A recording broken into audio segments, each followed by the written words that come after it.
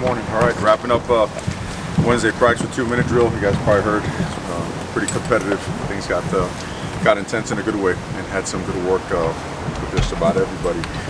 Injuries for the week. I know everybody wants to know. Those guys that got banged up in the game, they have work this week. They have practice. Obviously, we limit them because we don't want to do anything to keep them from playing on Saturday. But Amador and CJ and Troy, they've been doing their work, but we just limit them as it relates to their particular injury. Also, of course, as it relates to Brendan Schooler, he has elected to grad transfer, and we support him and his choice, and we'll move on. Okay. And that being said, open to questions. Was that a surprise for you guys, or what's that? Was Brendan a surprise for you guys? We just move on. Okay. With Troy, when you're playing with a thumb like that, and you mentioned management in practice, there's something you got to talk to him going into a game, and you got to adjust anything he does, or kind of his mindset going in to know that he's got the finger that could be banged up. Well, I think if you do, then I think you really kind of limit a guy, and you start changing what he is and how he does things. I think guys like that have played such a long time, they naturally adjust to anything that they may have. So, but we just got to, we're really careful during the week to make sure that we don't have any setbacks. On Saturday, you made an adjustment. You talked about being kind of stubborn and being able to kind of come out of that.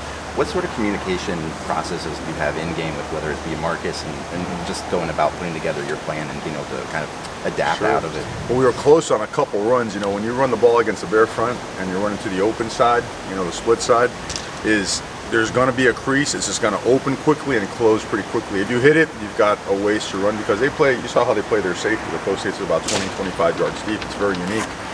And we were right on the cusp of breaking a couple of those, but since one of them led to a negative run and a couple to a 1 yard or maybe 2 yard run, it was time to close it up a little bit, right? Put a tight end on the ball. Sometimes too, Marcus Aurora did a great job, seeing some things from up top and communicating with the coaches. And the players were great in communication to make the adjustments we had to go to a different personnel group in the NFL. With Brendan Mario, was redshirt ever a discussion point at all? We're moving on.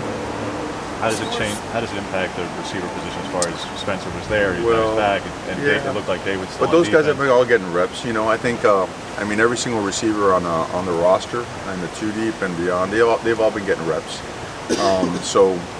There's probably there's a couple more reps in store for whoever in practice earns it. Felt that those guys, they've just been practicing really, really well. And it seems like every single week they just get a little bit better. The timing and the precision of the passing game improves. So it's fun to watch. They're competing at a really high level. Brian Addison has done a really good job, gotten better. Jawan really looks like he's healthy now, and I actually just spoke with him after he looked like he was really healthy. Josh Delgado doesn't get mentioned, but Josh does a really good job. Spencer's going to continue, playing a little bit of everything. He has now learned so much offense that there's flexibility in him as a tight end and him as a wide receiver. So, and then we get to develop Patrick Herbert some more as well. So, but David's sticking on defense. David is defense, and he's staying on defense. But again, I know we gave him props last time. I think we should again. That guy's about as unselfish as it gets, man. And really picked up right where he left off on defense and doing a great job on special teams. We saw Waters and Blahoy go in practice with Badge. Are they getting closer to being in the discussion of rotating into that receiver spot? Yeah, I don't know when they'll be ready to rotate. And that's a lot of missed time. You're thinking about all the way since camp, so they missed a lot of the installs, a lot of the base concepts that went in. But in terms of them physically running around, it's great to watch them because they are athletic. They are, they look like they're going to be really good football players, and they're eager to get out there. That's the last thing you want when you're a freshman, right? Go out there, you're all excited to show how you can help the team, and you get hurt. So, really excited to get those guys back. I think another week, 2, 3, and they'll be helping us out. But you're coming off a rivalry game, and then you got a team that has beaten you guys lately. How do you control, or do you need to manage the emotions of this team heading into Saturday's contest? Well, to me, this is as big as a rivalry game as anything else. And,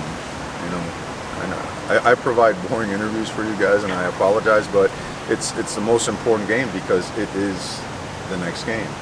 And that's just the way we operate. That's been our mindset.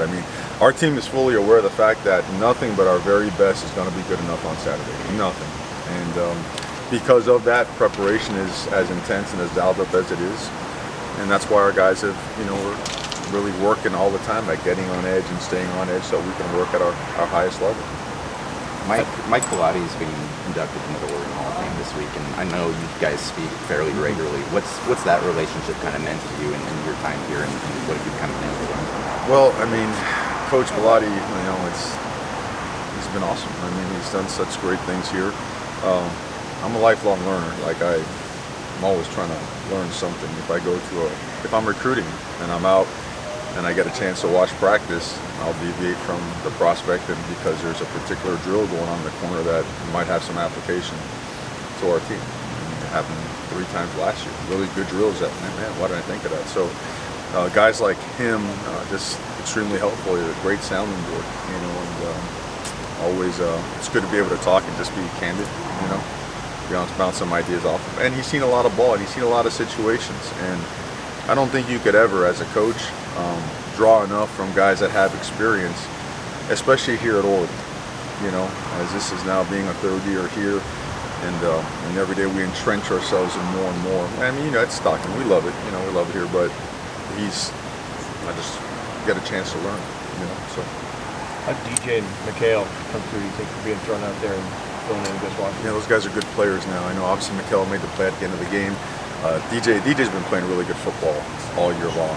I know they got him the one time or whatnot, but aside from that, I mean, both those guys, we count those guys as being able to go in there and play an entire game and not have much of a drop off. I mean, and both true freshmen, which is really amazing. Big future for those guys. Do you think DeAndre will be able to go on Saturday? Yes, sir. Yes, sir. He practiced football. I mean, he was of all the guys, we have a plan for each one. His plan was the one that had none or very little limitations.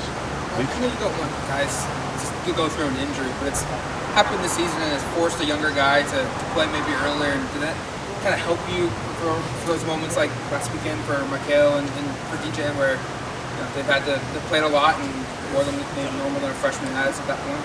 I never expected to have this many injuries, to be honest with you. But the blueprint that we use, it's a really high gear developmental type of regimen. It really is. I mean, the amount of repetitions that our guys get,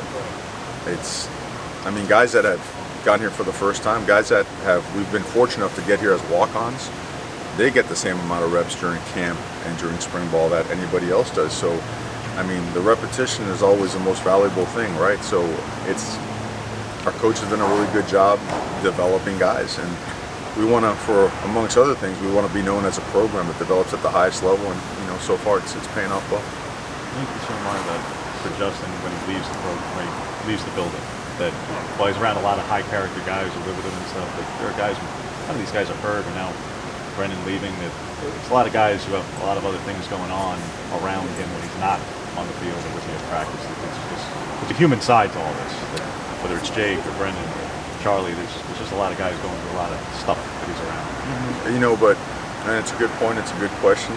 And the best part of the human side is that his DNA, the way he was raised, his goals, really, they override anything and everything external. He's as driven as you'll ever see. You get a chance to be around him on a daily basis because he's taken more credits than most doctors, right? He's had 14 diplomas or whatever he has. So he's in the building all the time. I told him we should probably get him a desk and a locker upstairs. So I don't at all with him. I don't at all with the guys in the leadership council. You always have to keep an eye out for things, and you'd be crazy not to, because that's your job, that's your obligation, teaching moments wherever you could find them. But Justin Herbert, the rest of those guys, I gotta keep them from overworking. That's it. That's about everything. You just mentioned he clinicked with you in 2011 down at FIU. He did. What did you gain from that experience? He did. Actually sold out the clinic. It was the best clinic we had. He was he's obviously a great football mind. He came up and was really gracious of him, gave us his time and clinics for all the high school coaches down there, and got into everything from philosophy to football, run game, pass game, and then he came out and watched practice with us for a little bit. So it was a really good visit. All right. Okay. Thank you. Thanks, guys. All right.